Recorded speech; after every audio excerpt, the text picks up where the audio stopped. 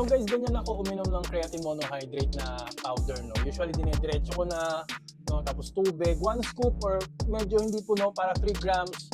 So iniinuman ko na lang ng tubig or whey protein, no.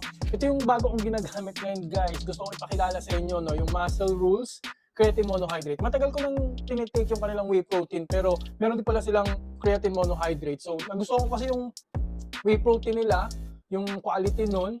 So yun, naghahanap din kasi ako ng sureball, reliable, no, na may reputable brand talaga ng creatine monohydrate. Nakakatakot na kasi ngayon, no. So ito po, marirecommend ko rin sa inyo.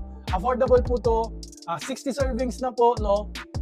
So mga 2 months yun na itong gamit, no? Or more than, kasi kung 3 grams lang iti-take niya katulad ko, no? 3 grams lang ako eh.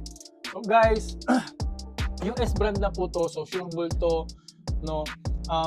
Meron din silang website, so talagang sure kayo sa brand na to. Musclerules.com po kung gusto nyo i-check, no? Kung medyo kinakabahan pa kayo, no? Pero guys, 100% legit po ito. I-try nyo na po, ilalagay ko po yung yellow basket dyan. Muscle Rules Philippines po mismo yung nagbebenta. So sila po mismo, kaya legit na legit po ito. Click the yellow basket po, now na.